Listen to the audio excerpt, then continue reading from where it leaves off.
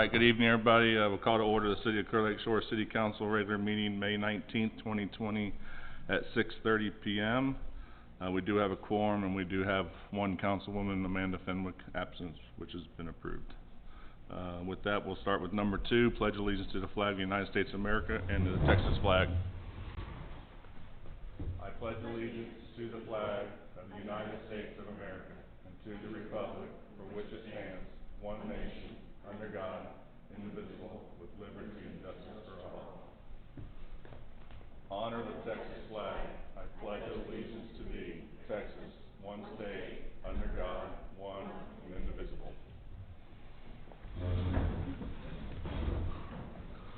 I do have to say, it's great to see everybody's faces. Zoom meetings are just, man, I was done. This is great, and thanks for everybody for coming out today. And I love seeing everybody else's homes, but it's nice to see everybody here. We are practicing social distancing and all that stuff, so we'd appreciate you to hear to all that.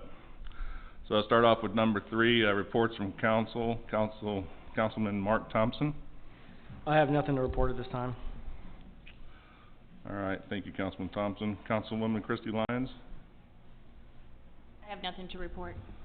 All right, thank you, Councilwoman Lyons. Councilwoman Angie Terrell. Or hold it down. Just hold your finger on it. There you go. Mine's broken. I am so happy to see everybody here. And the only thing I wanted to say, this is for everybody, but especially Assistant Chief Donaldson and Chief Keel. It was yesterday or the day before, I was just out having a lemonade on my porch, and one of our officers drove over to the boat ramp, and there was a gentleman fishing on the pier. I'm like, oh, geez, I wonder how this is going to go. And the officer just sat in the parking lot for a little while, and everything was good. And he got out, and you're not allowed to fish from the pier, right? Because you don't want your line caught up in props. So the officer went over to the gentleman on the pier, and I could hear him. He has a robust voice. He said, well, first, I'd like to thank you and welcome you to Clear Lake Shores, and thanks for fishing with us. However, if you could fish with us not on the pier, that'd be great. And it was just, man, the guy, he was laughing. He was, oh, man, I'm sorry, please. And it was just the coolest interaction. And I was feeling all warm and fuzzy, and then I got fuzzier because he drove down the street to a gathering, appropriately social distanced, on one of the waterfronts. And I'm like, oh, crap, are they going to get in trouble? Shoot, man, I was feeling so good. And no, he got out, and a dog ran over to him. He got down, he roughhoused with the dog. He went over, he shook people's hands, and he just hung out. And that's the community policing that we were after, and I just want to thank you for fostering that in our department, and to see it, man, that's cool. That's Clear Lake Shores.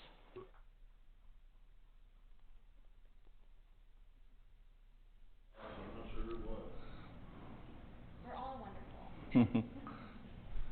Thank you, Councilwoman Terrell. Next is Councilwoman Jan Bailey. I don't have anything this evening, thank you. All right, thank you, Councilwoman Bailey. All right, I just have a few things. Let me go back now. I just want to thank everybody over this time adhering to all the rules that we had put in place during the emergency declaration, from the President to the Governor Abbott to Judge Henry and myself and City Council, and working with everybody and closing the pool when appropriate, and allowing us to get back to this state now, and then opening back up Texas. So it's a big deal going through all this stuff, and I just really appreciate everybody, because it made it easy. If you look at all the news channels and stuff, there's other cities out there spending thousands of dollars. We haven't gone out and spent thousands of dollars. We've been really good stewards of our money, and I think that's important to know that, for everybody to know that. So moving forward, we're going to phase 2 openings, and I know everybody's inundated with seeing all this stuff, but May 18th, we child care centers, massage and personal care, and youth clubs were open. Coming Friday, rodeos, equestrian events, bowling alleys, bingo halls, skating rinks, bars. Restaurants are going to 50%, and then aquariums and natural caverns. So, and then going to May 31st, we've got dating youth camps, proceeding with that.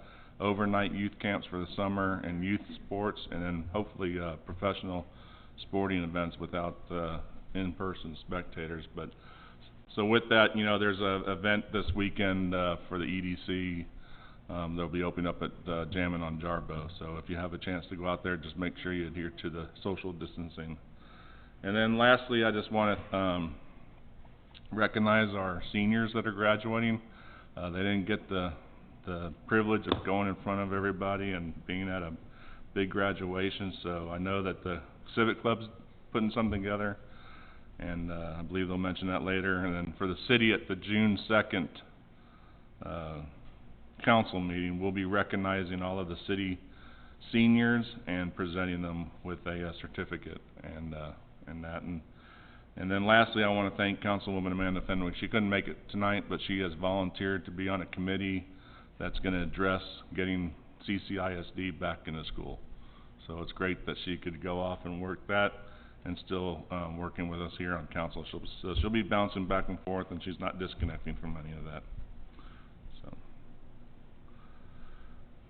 with that, next is item number... Kurt, I wanted to thank you. I'm grateful for all of our city employees, but you're essentially a volunteer. You did not sign up for this, and you have worked your butt off. Your communication with us, your communication with the citizens, you've worked so hard, man, and this has become a full-time job for you, and I am so grateful for your leadership. Thank you. Yeah, thank you. And it's been the whole team, so, you know, it's the whole city.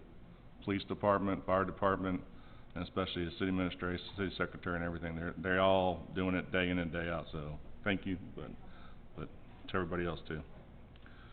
All right, staff reports. Police Department Chief Keel.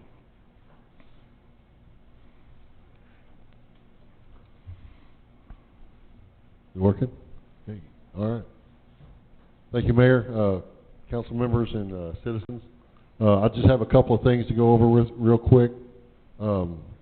Like you stated, Jammin' on Jarbo is this Saturday night, 7 p.m. to 10 p.m. I just learned about the details, so we'll try to help cover that as far as having an officer swing by there and kind of make sure everything's safe. Through my notes, I'm looking at. I just want to start off with giving accolades to not just the staff in the city, the citizens of Clear Lake Shores. Through this whole thing, we're seeing videos of cities with officers that are, for lack of a better term, mishandling situations. We haven't had one instance, one problem, one argument, one issue that wasn't just resolved with a conversation. And I mean, I've worked in some bad places. I don't get that here. It's good on every level from every person, and I am just so thankful that we had the atmosphere that we've had, the cooperation. Sometimes the orders from the governor and the orders from the county commissioner, county judge, sometimes they're conflicting and they're confusing, and it seems a little chaotic. It changes every single day. What can you do? What can't you do? Everybody's been really, really on board with just getting us all through this. I think there's a light at the end of the tunnel. I don't want to call it too soon, but there's a light at the end of the tunnel. If we could just focus and get through the next few weeks and get our economy back up and running, I think we're in great shape. So thank you to the citizens for the level of cooperation that we've gotten. We do have our hurricane plans that city administrator and I have been working on. Pretty comprehensive list of things that we need, things that we're going to try to get in place before a named storm comes our way. I know we're already active in the Gulf, moving into the Atlantic. There's a storm. I think it's Arthur. Is that right, Arthur? So I'm hoping that we don't get a lot of activity our way, but we are on point as far as having our preparations, getting our supplies together, getting our list together. I know we're going to meet with the mayor on some of those things here very soon, but that's in the works. And I don't want anybody to think that we have, through the COVID, we've forgotten that there's an impending hurricane season. That's in the works. Update on the jail, briefly. I Spoke with Dickinson PD today where our contract is with prisoners at the jail. They are still not functional, and we are going to get an update from them in the next 2 days on what their projected date for opening is. We're going back to business as usual, not previously usual, our usual. So we're going to be, making more contacts with people, and we're going to be serving warrants if and when we are able to have a system in place to do those things. That's just an update from them, and they're going to get further information for me later. There is also a court system camera that they purchased. We jumped in on part of it so that the judge can magistrate prisoners remotely.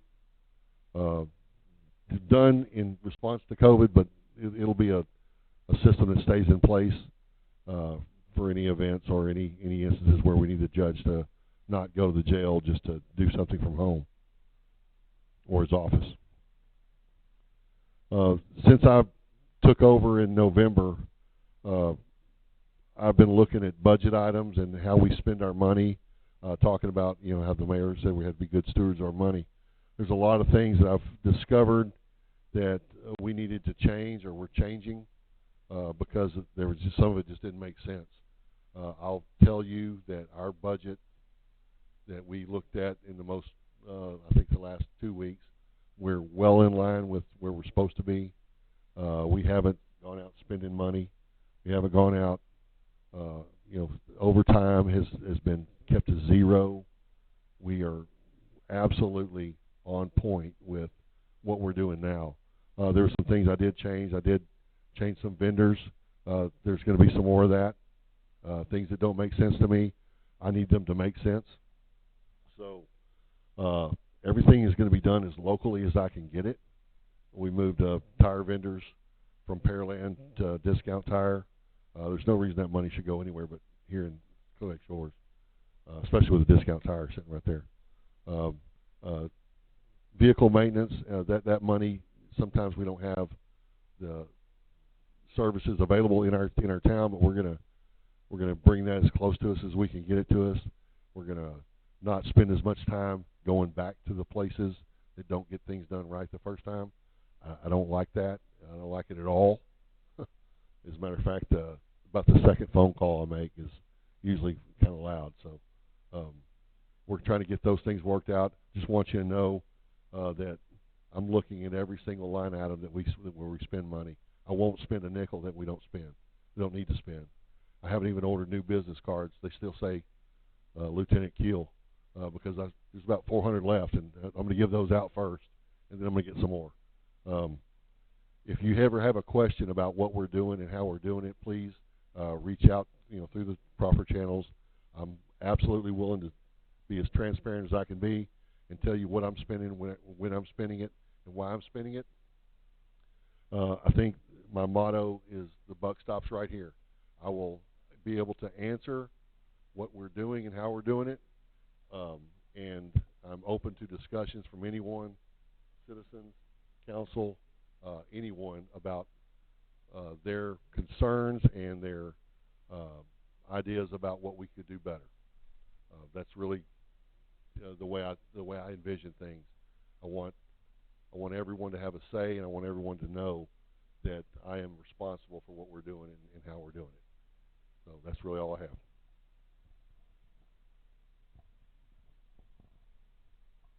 Thank you, Chief Keel. Appreciate that. All right, next is Building Official Kevin Harrell. Thank you, Mayor and Council. Since our last meeting, not Zoom meeting, I've issued 10 new permits. All those permits have been minor. Currently, Aspen's Bar and Grill is going to be installing a new palapa over their new deck over the water. They started construction today. If you've noticed, there's a new palapa at 817 Clear Lake Road. The house was bought about a month ago, so we have a new neighbor. Target is complete. They finished their remodel. They're open for business to restripe their parking lot, and I encourage everyone to support our local business. Amanda Fenwick's home has been granted a lift, and should be seeing that happening within the next few months. So another house out of the flood zone, always a good thing. Also, I've also received a grant for 815 Grove, owned by Richard Robinson. The home will be torn down in the next few months, and a new home will be put in its place, lifted. 413 Pine, Nancy Schwartz's home, is complete. I was hoping to issue a CO today, but he hasn't got all the paperwork into me just yet, so probably tomorrow. Oakie's Yard House remodel and addition is currently under plan review of me and the fire marshal, and I'm hoping to get that done by the end of the month. The new Portofino subdivision is back on track again after COVID. I had a conversation with the lead engineer, and she will be getting me the 100% construction drawings, and I'm hoping to have those in by the end of the month and approved by the end of next month. Currently, I'm working with the city administrator, obtaining bids for repairs to our potholes and some of our issues on the street to get those repaired. I'm also looking at getting bids for third-party paving inspector for overseeing our construction projects that Road and Drainage Committee is working on. Code enforcement, I had 4 cases since our last meeting. All these cases have been resolved. 2 of the cases were overgrown waterfront leases. They were promptly mowed. I had 1 junked vehicle, but the vehicle has now been registered, so it's going to have to stay where it is. And I had 1 case of a fence, but they have requested a variance for height. And that's all I have. Thank you, Mr. Harrell. All right, Kema Volunteer Fire Department Chief Steckler, thanks for coming tonight. Absolutely, thank you. Want to give an update on where we are. We're pretty business as usual. When the announcement was made, we contacted our staff, asked for limited. We reduced training. We actually went to some online platforms, started producing videos, and they're not very good, but it's informative. Had to do some online tests, so we sort of had to tailor-make what we do. Obviously, our job is hazardous. PD, our exposures are our number 1 concern. So new protocols, obviously, were written to help combat potential exposures for fire department personnel and for the medic staff that we house. It's pretty robust, and not saying that everybody's happy, but so far so good. We've had pretty good compliance with the group. It's constant cleaning, disinfection. We've purchased some UVC lights, hospital grade. We've been basically, if we can get a UV light in it, we're going to do it. We've been doing police cars for both Kema and Clear Lake Shores. We also created a UV light box here, so we're doing equipment, anything that may have potentially come in contact.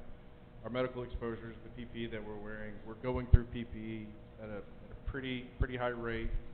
A couple of my creative firefighters were able to get us on the Amazon healthcare list, so we've got access to materials that other departments weren't able to get. And so we've honestly been stockpiling and handing out as quickly as we possibly can. So COVID-19 is on the forefront, followed of course by the hurricane plan, which is something that is near and dear to us. And so we've just recently started going through our hurricane plan, making preparations, making sure our generators, we have some new equipment I'll discuss here in a second that we got prepped for. So fire call services that we had for April, we had 10 fire calls. I do believe 40% of those were actually Clear Lake Shores. 2 of them, and in fact, I believe all of them were fire alarms. So we had Home Depot, Chick-fil-A had 2 of them, and I'm blanking on the 4th one. So we have noticed already in May that the call volume has gone up. It's a good thing, but it's also understandably, when we start to increase this, we expect traffic to go up. We see what's going on 146, 2094. And I don't know if you guys have seen the tick on the incidents and accidents on 2094 is pretty significant. There was a pretty good T-bone collision right there in front of Target, I believe last week. So and hopefully everybody becomes more accustomed to the new traffic patterns and the holdup. We're holding our breath there. So again, we're starting to see an increase for May, and as our cities come back and regroup, that's to be expected. Our Chemo Fire website is back up and running. It no longer goes to random places. We are actually receiving all the information. So if you submit a request or you submit information, it now goes to the appropriate personnel and not metadata la-la land. So we have access to everything. I do believe we're back up. I believe all the links are working. Big thing for us right now is recruitment strategy, and I guess that comes with any volunteer department, retention, and acquisition. So we made a command decision and bought a whole bunch of stuff from Home Depot, about $5,000 worth of material, and then they donated a few items as well, and we built a pretty significant prop.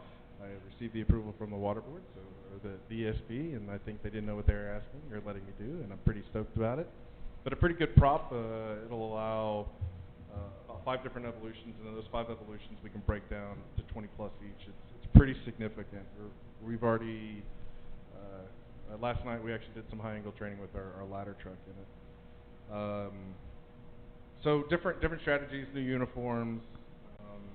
We have some new equipment, brand new PPE coming in, and then last night the ESB and water board approved the purchase of brand new SCBAs. It's our self-contained breathing apparatus. It's what we wear.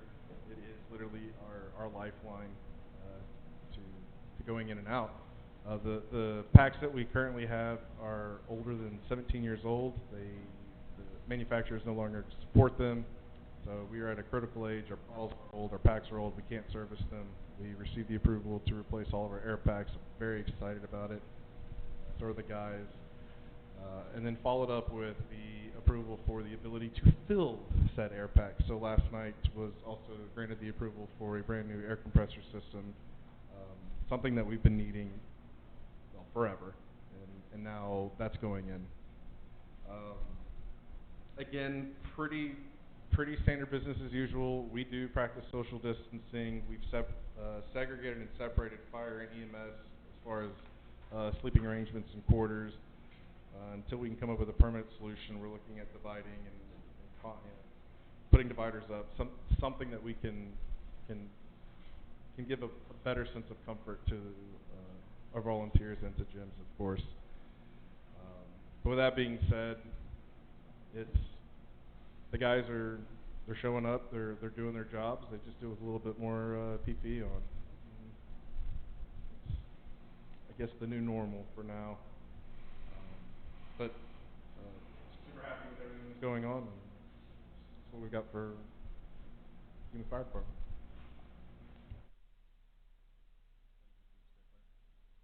Thank you, Chief Steckler. With those SBAs, did y'all go to a higher pressure rating on those, or did you stay with the 3,000? No, we went to 4,500. We're 4,500 packs. Yeah. We're using the 4,500 60-minute packs, so a little more longevity. With that comes you're working a little bit harder. I used to use this 30-minute pack. I'm done for a little bit. Now we got a little more air, so try to squeeze a little bit more out of the guys. These are absolutely state-of-the-art, top-line, top-notch equipment, manufactured by industry-wide. Scott is absolutely recognized as one of the best, and so pretty stoked about it. Pretty excited. That's great to hear. All right, thank you. All right, Galveston County Health District, Amy Weber is not present. Next is City Administrator Brent Spear. You have my complete written report. I'll hit the highlights, do the high flyover. But on today's responding to the COVID-19 pandemic, on today's conference call,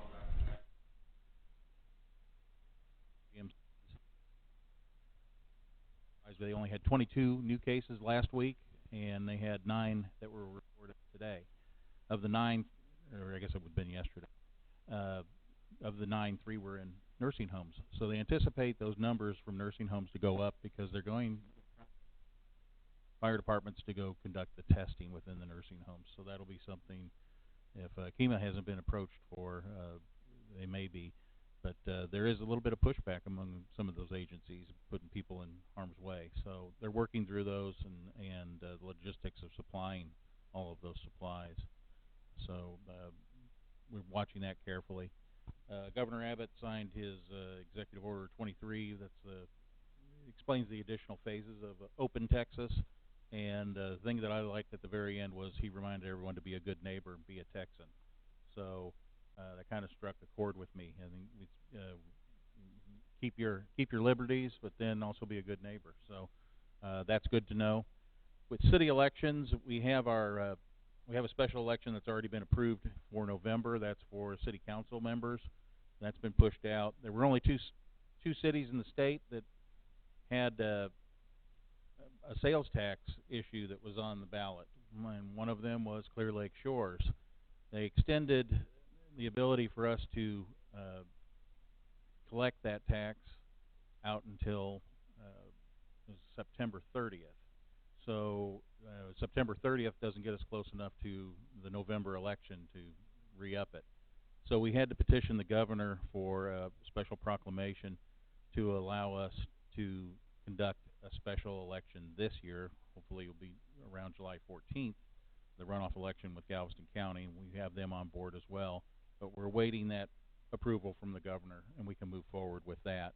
Otherwise, the lapse of that 0.25% for roads and drainage would have to lie dormant for a year and then come back to the voters. So we don't want to lose that, and we want to have that continuity. So we're working hard for that. Chief Keel covered our hurricane preparedness, and we're got an early start with Arthur. So we will be conducting those. The hurricane meetings are going to be electronic. So we're working with our county partners. They're developing appropriate videos, and we'll link those out so people will be able to do that. The court has been effectively shut down for the city for a few months, and so we're taking baby steps to open that back up in June.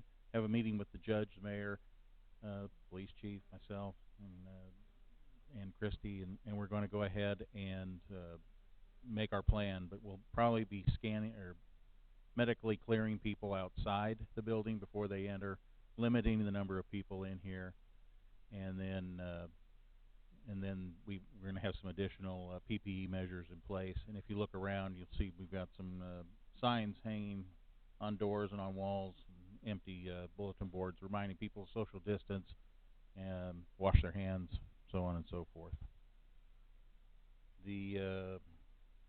Everything else I think I can skip. And another big thing is sales tax. As you know, our city does not collect a property tax.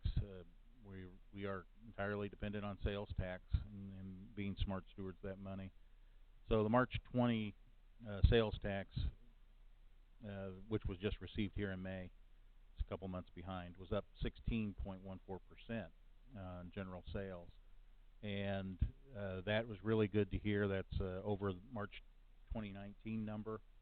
And I attribute that to our big box stores being in business, but then also a tremendous amount of online buying activity, because we do collect a little bit of sales tax on all those transactions. So if it's shipped to Clear Lake Shores, it comes on an Amazon truck. We're gathering, pennies, nickels, dimes, dollars off of that.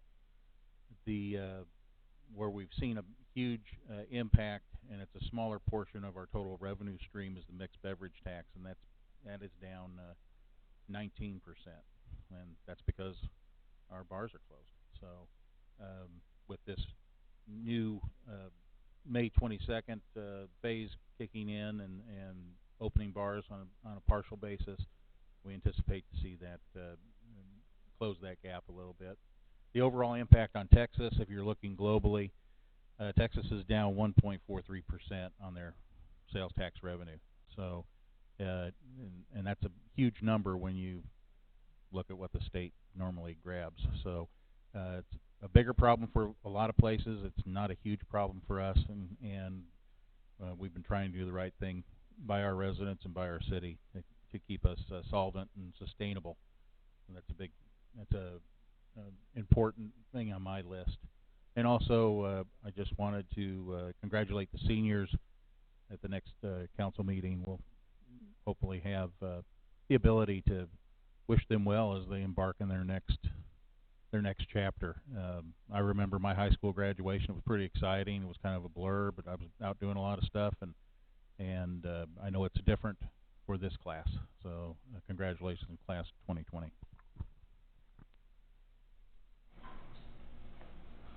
Thank you, Mr. Spear. All right, next is number 5, committee reports, parks and pools, or pool.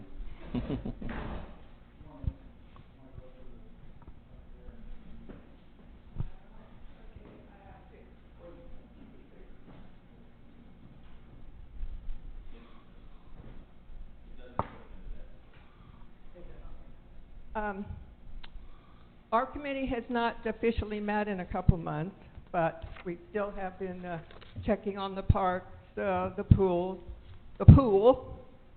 And I was at the pool, and a member approached me and pointed out carpenter bees were drilling holes in our pergolas. I saw them flying around, apparently several sections of the pergolas. And Brent has Jorge or so working on that. I don't know if you ever found the killer stuff that you couldn't find that you were trying to order. Okay. And then when I was out there, I noticed one of the pergolas that was covered several years ago was coming loose on the sides, and I don't know if anything's been done with that yet. But pardon? They did. Okay. It needs some treatment, but that's another story. We'd also asked for 2 new trash cans for the pool, ones that could be moved around. And Brent found some very attractive ones, and he has ordered those. We appreciate that. We've also had issues with the gate code not working, only this time instead of being locked out of the pool, people were locked inside the pool. One guy climbed over the gate to get out. I hate to text Brent after hours, but I did text him, and he was trying to deal with it, and it turned out the timer went out. We've had some issues with parks, especially on weekends at Depot, trash being thrown around, parking on private property. Again, people fishing off the boat ramp. And we appreciate the police department that said they would patrol a little extra around there. I haven't noticed the last couple of weekends being too bad, but we appreciate all those efforts.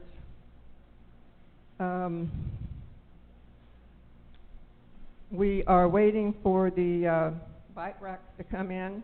We decided on several locations, but we want to wait till and put one together and see where we can get them placed. Also,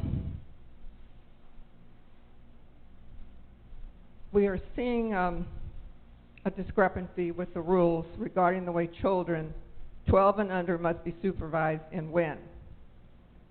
I can foresee confusion with the residents about it and would like to place it on the next agenda so that we can clarify it for our residents.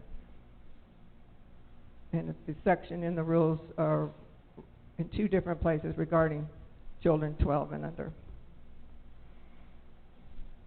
I think, and I did want to say we do have 1 vacant position on our committee, so if anybody knows of anybody that would like to apply, applications are online, and we would appreciate any help there. I also want to thank our Mayor Kurt, Brent, the administrator, all the council, all the city, for keeping us safe. Especially, I'm a senior citizen, so I especially appreciate it. Yeah, thank you, Chris. All right, next, next roads and drainage, Mr. Sowery.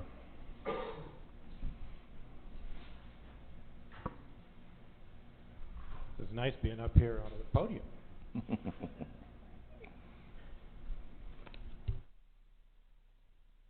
Thanks, Kurt and council. I submitted a written report for you folks, but I'm going to truncate it a bit and kind of hit the highlights. Last about a little over 2 weeks ago, we had a Zoom, put it together, and we had a 2020.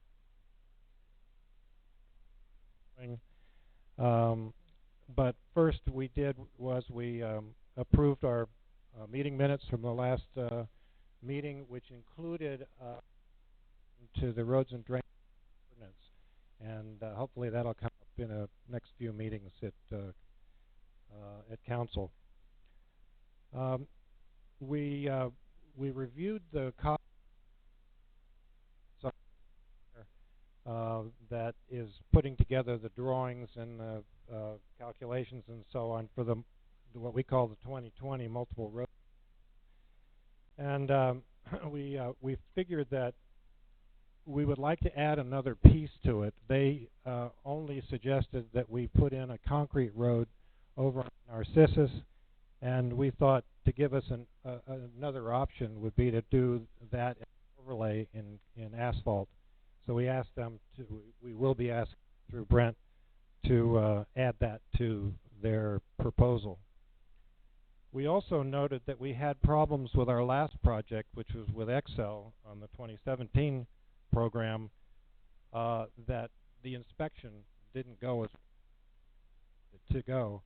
And the proposal that Cobb Finley gave us really increased their amount of inspection costs more than what we would expected. But we talked about that, and we thought maybe it would be better if we had a contract inspector that was actually driven by the city, at least for a portion of those costs. And that would give us a little better control over the inspection program. And we were going to ask Brent. Brent was at our meeting, so he agreed to go out and maybe try to find an inspector. Alex Scanlon has done this type of work before, and he says that there's quite a few people out there that can do that job for us. The other part was to talk about how we might deal with our project in 2020 if we have a shortfall on our tax base. Right now we have a little bit over $1 million in the base, but if we choose to truncate the program, we chose that we could eliminate the piece of Narcissus, which is from Forest to Ivy, and maybe leave that for next year or following projects. The next part on our meeting was to talk about the 2017 project, which we just finished, and we all pretty much agreed that we were ready to close it out. And Brent also told us that he had written a letter to the file recommending that the contractor, Excel, not be used again. And we agreed that that was the right approach. Other subjects that we addressed was potholes and drains, and crack sealing, and stop line painting. And again, we'll be handling those things, and I think Kevin mentioned something about looking for some contractors to do that. We also noted that there were some concerns over the reflective buttons that are identifying where the fire hydrants are. And a lot of them are damaged and missing. So I went out and found 36 different locations, put it on a spreadsheet, and gave it to Brent, and I think he's going to take it over to the Water District for action. We also had, this is really great, is that Tony Peterson joined us on the Zoom meeting, and he has a lot of good background in what we're doing on roads and drainage, and he agreed to join us. So his name's going to be coming up, and I really would like you to certify him and let him join us for our 5th man on the team. I'm going to step away from what we did at our meeting, and I want to talk a little bit about the rainstorm that we had Friday, and what, you know, I went around, and Alex Scanlon and Thomas Holland contributed to looking at where with a big rainstorm, particularly when we're trying to deal with a hurricane coming up in hurricane season. And so I found 4 different locations that we might want to keep an eye out for. The first was on Elm and Clear Lake. Anybody noticed that there was a big backup that went from Elm north, probably all the way to Grove and Hawthorne. And after the storm, it was still holding water and not releasing it. But of course, one thing we had to keep in mind was that the lake was at a very high level, so it couldn't drain very well. But for the most part, there was a lot of debris from trees. That's probably the first time they've had a big shaking in a long time, and they dropped a lot of leaves into the culverts. And it was mostly the debris that was holding up the water to go towards the south, towards the bridge. And I was looking at it, and one of the neighbors on Elm came over and started talking to me. His name was Rick Miranda, and I don't know if you know him. He's a really great guy. He got his rake out, and we were out there pulling the stuff out of the thing, and it all started. So that was an example of how we get our really good people here working to do this stuff. But there is a concern with that location, though, and Brent knows about it. We know about it. We put it on our list of things to do. There's a slump in the road right on the north side of Elm. It looks like it might have some of the culvert has been damaged and maybe stopping the flow. And I think what we would recommend doing is to get somebody in like Badger or some other company that might be able to test to make sure that that is open before we go in and try to fix it. And I think that's supposed to be on our list to try to fix it, but I don't know what the timeline is. The next place that we had a problem was on Ivy and Queen, and it was at 922 Ivy, and we got a kind of a nasty gram from the resident at that location saying this has always been flooding and it's not good enough. So I went over and took a look at it. I got some video of the flow there, and it looks like, again, it's another issue with debris, because I think they've been shaken as badly as they had been. And there's a massive amount of debris that was probably clogging up the culvert that goes from west from his house to Clear Lake Road and then north. So in addition, a couple of months ago, we had Badger, our drain cleaning people,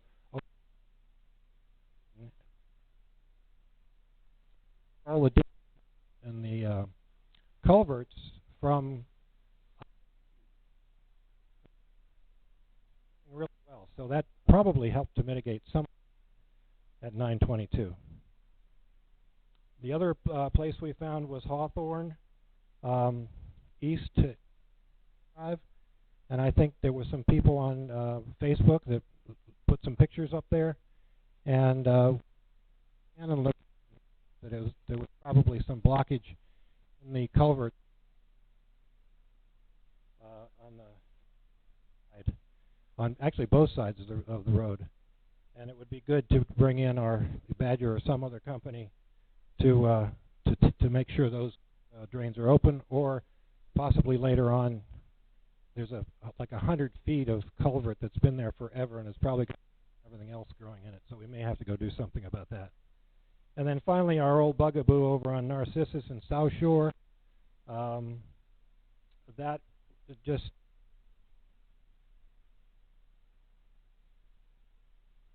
about that. So that's pretty much my question.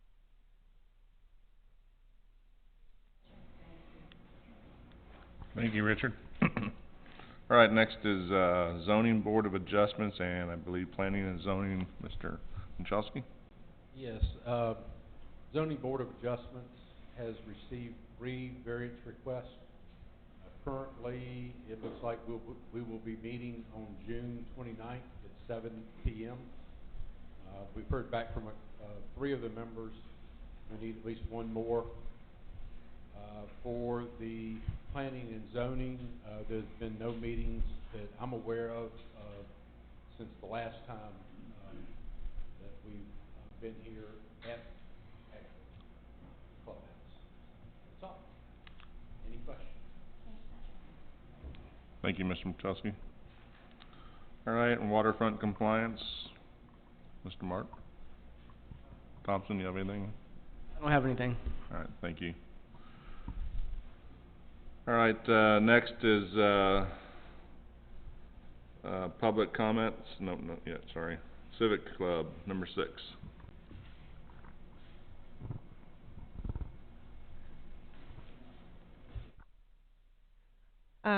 As you mentioned earlier, we've got the Civic Club is kind of helping with the senior send-off. They're going to have a Friday, May 29th at 6 p.m.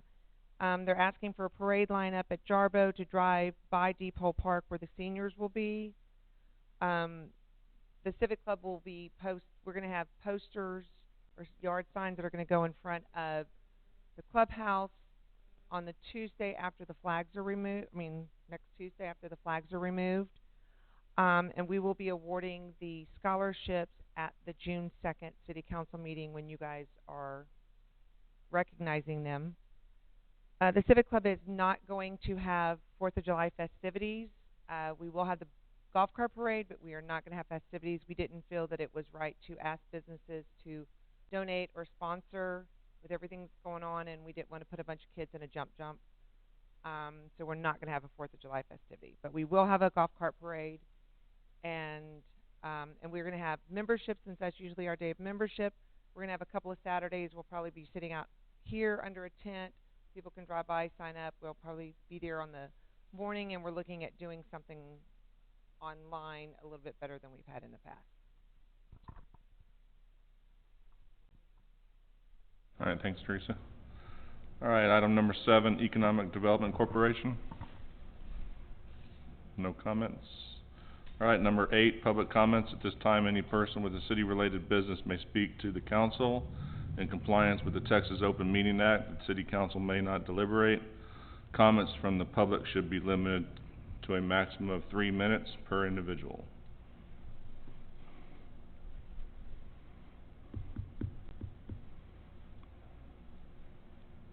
All right, having no public comments, number 9, new business, consent agendas, item A through E. Make a motion to approve the consent agenda items A through E. I'll second it.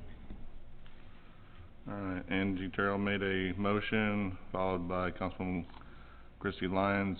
All in favor? Aye. Any opposed? None. Unanimous. All right, moving right along. Item number 10, council business discussion and possible action may be taken on the following items. Item number A, review and appoint of Tony Peterson to the Roads and Drainage Committee to fill last open position. Make a motion to approve Tony Peterson for the Roads and Drainage Committee. I'll second. Jan Bailey made a motion, Angie Terrell second. All in favor, aye. Aye. None opposed. Passes unanimously. All right. Item B is approve revision number 6 to the declaration of disaster, which extends the end date to 12 a.m. midnight on June 16th. Basically, this is just following along with the governor, and it also allows us to maintain getting our any refunds that are due to us during this emergency from FEMA. I will make a motion to approve revision number 6 of the Declaration of Disaster. But I do have a question on it too. We got a motion. I'll second. Andy second. Discussion? Is there a limit of how many times we can extend this? No. Okay. All right. All in favor, aye. Aye. And sustaining. All right. 3 in favor and Mark abstaining. All right, item C, approve ordinance 2020-03, an ordinance of the City of Clear Lake Shores, Texas, revising a special election date to be held on November 3rd, 2020, to be held on August 8th, 2020, as authorized by Governor Abbott, providing for a severability clause, providing for a repealer clause, providing for an effective date, and providing for a proper notice and meetings. And this is what City Administrator Brent Spear was talking about before, so instead of waiting to November 3rd and possibly losing having the tax on that, we wouldn't be able to come back for a year. This closes that gap and has a separate election for the roads and drainage maintenance tax. And we did, just a note, look into seeing if we can move the council elections, but the Galveston County only has room for one item on the ballot, and there's some election that's going on that allowed us to do this. So we did look into it, but unfortunately we'll have two I have elections. to still show up then, is what you're saying. Yeah. Keep showing up. We'll give you $1.50.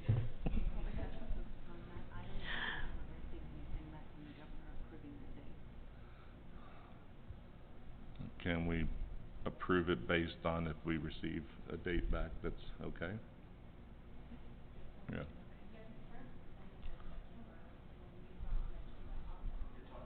No, the deadline is September 30th. And talking to Galveston County, the only day that they will allow us to hold this election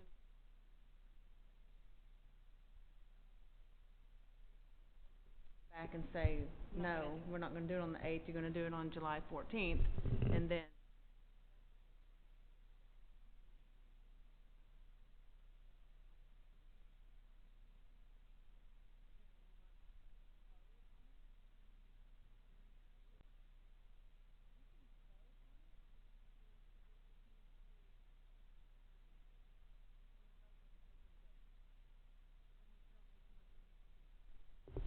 right, you can amend it. Amend it with no date.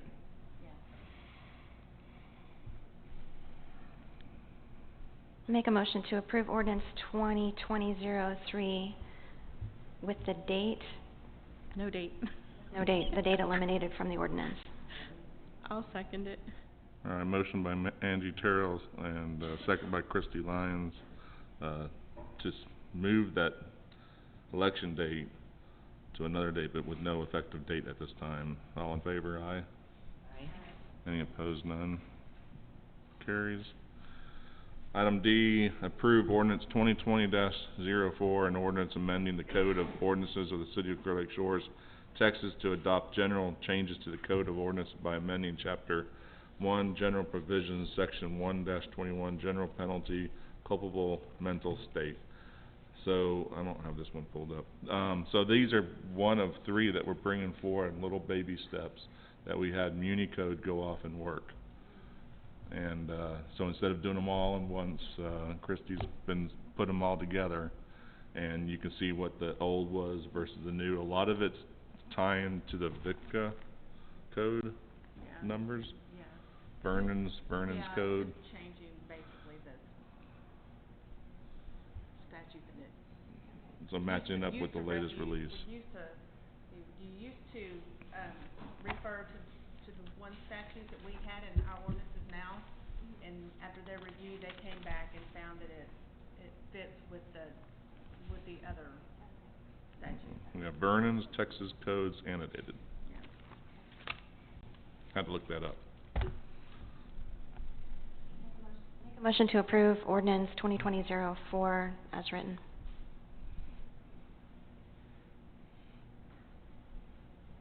I'll second it. All right.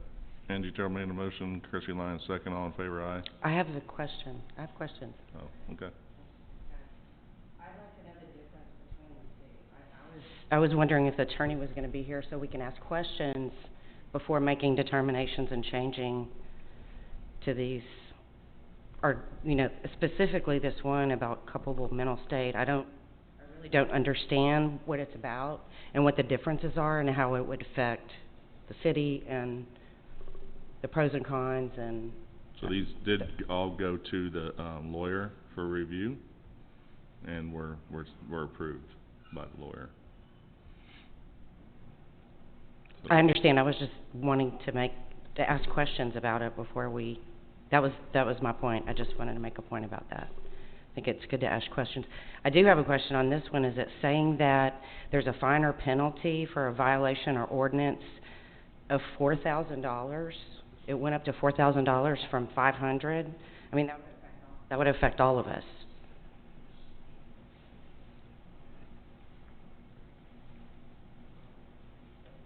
In section 2A, it says, it starts with the 500, then it goes up to 2,000, and then it goes...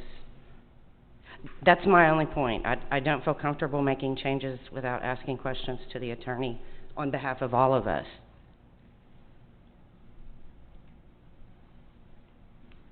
And Christy, what you're saying is that we have just changed the statute to which we are referring regarding this ordinance, and the statute to which we are referring now is the general, the one that's generally perceived as the one. I mean, it's what you use for these situations. What Unicode sent back to us is basically they pointed out the section in our ordinances and told us we needed to change like this one is alter subsection A to be consistent with the Vernon's, Texas, whatever that was, Local Government Code 54.001B. So if you look at 54.001B in the Local Government Code, it reads what that modification structure is. So it brings our ordinance in compliance with the code. And that's what part of their, instead of going to a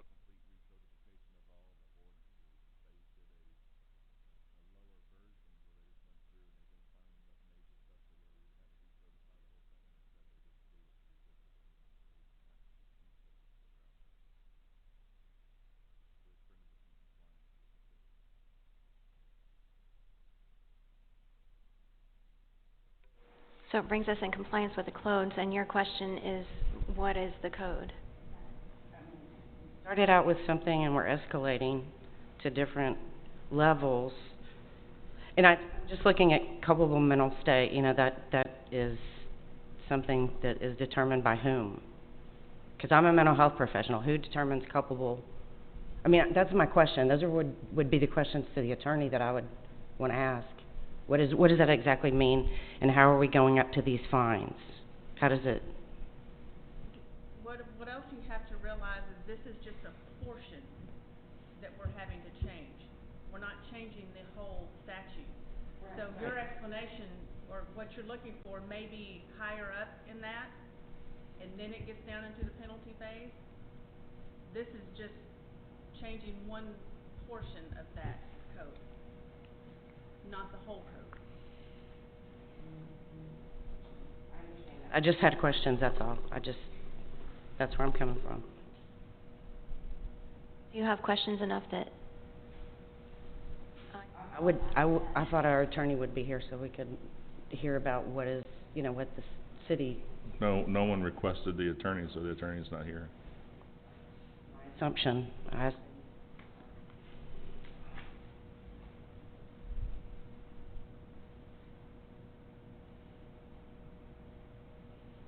And again, this brings us in compliance with the current code. Yes. Which was handled by Municode, which has their lawyers that went through everything.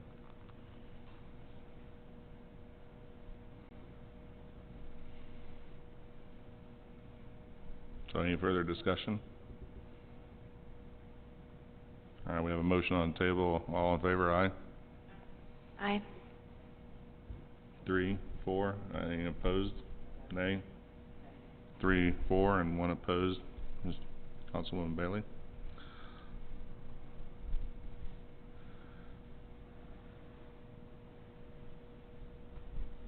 Can I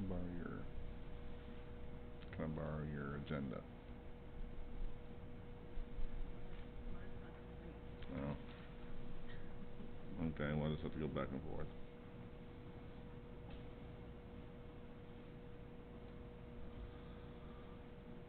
All right, item E, approve ordinance 2020-05, an ordinance amending the code of ordinance of the city of Clear Lake Shores, Texas, to adopt general changes to the code of ordinances by amending chapter 2, article 4, section 2-80, and article 6, section 274.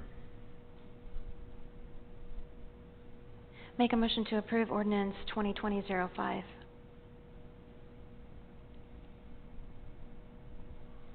Second it. Motion by Angie Terrell, second by Christy Lyons. Discussion. Okay, so in this one, it has 8 different specific things, and then it goes to 3. I don't know if it's a cone effect of widening to narrowing, or how that works. That would be my question, is how, when it changes to less points, does it create less liability on the city or more liability on the city?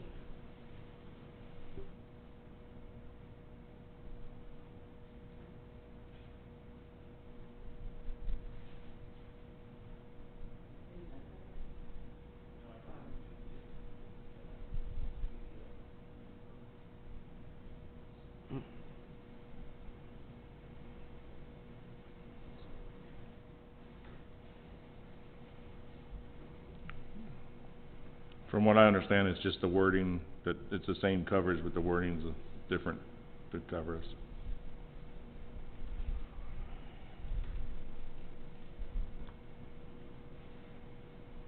Mayor? Yes. I know on some of these, as they look through them, that the laws have changed, and then they've been either moved to other sections of the code, so they're removed out of that, or they've been obsoleted. So they've been tested, and they're no longer valid. So that's what they did, is they cleaned those up. The liability question for the city, as far as their opinion goes, there's no increased liability for the city. And that's what they do. And Olson & Olson did also have purview of it post, so that they were aware, and they said that all the changes were correct. And the same thing goes for defining the city records. Most of that's all the same, it's just a different wording. It is different wording. I just had questions about how it was worded. It just seems like it goes from very open. I just didn't want the city to hold any more liability that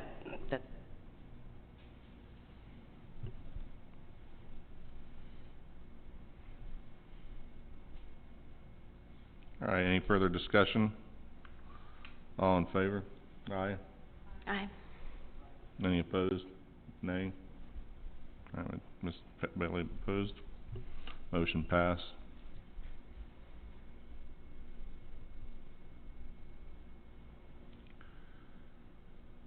And item F is approve ordinance 2020-06, an ordinance amending the Code of Ordinances of the City of Clear Lake Shores, Texas, to adopt general changes to the Code of Ordinances by amending Chapter 74 Taxation, Article 3 Industrial Development Corporation Sales and Use Tax, Section 74-45 Sales and Use Tax Levied Purposes.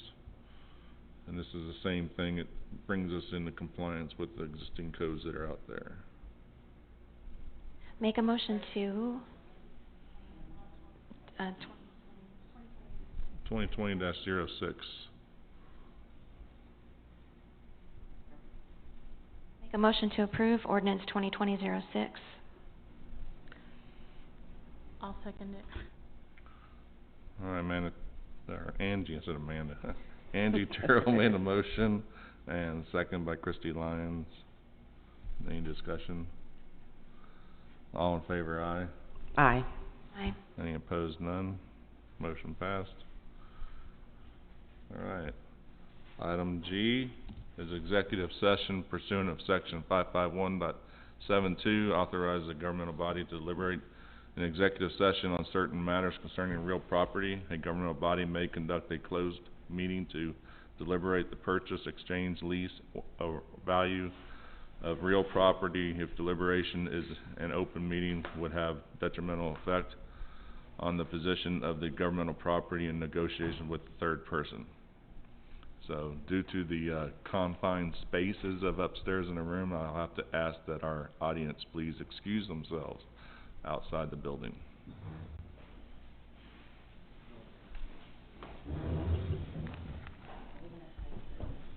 And thank you all for coming tonight. Appreciate it.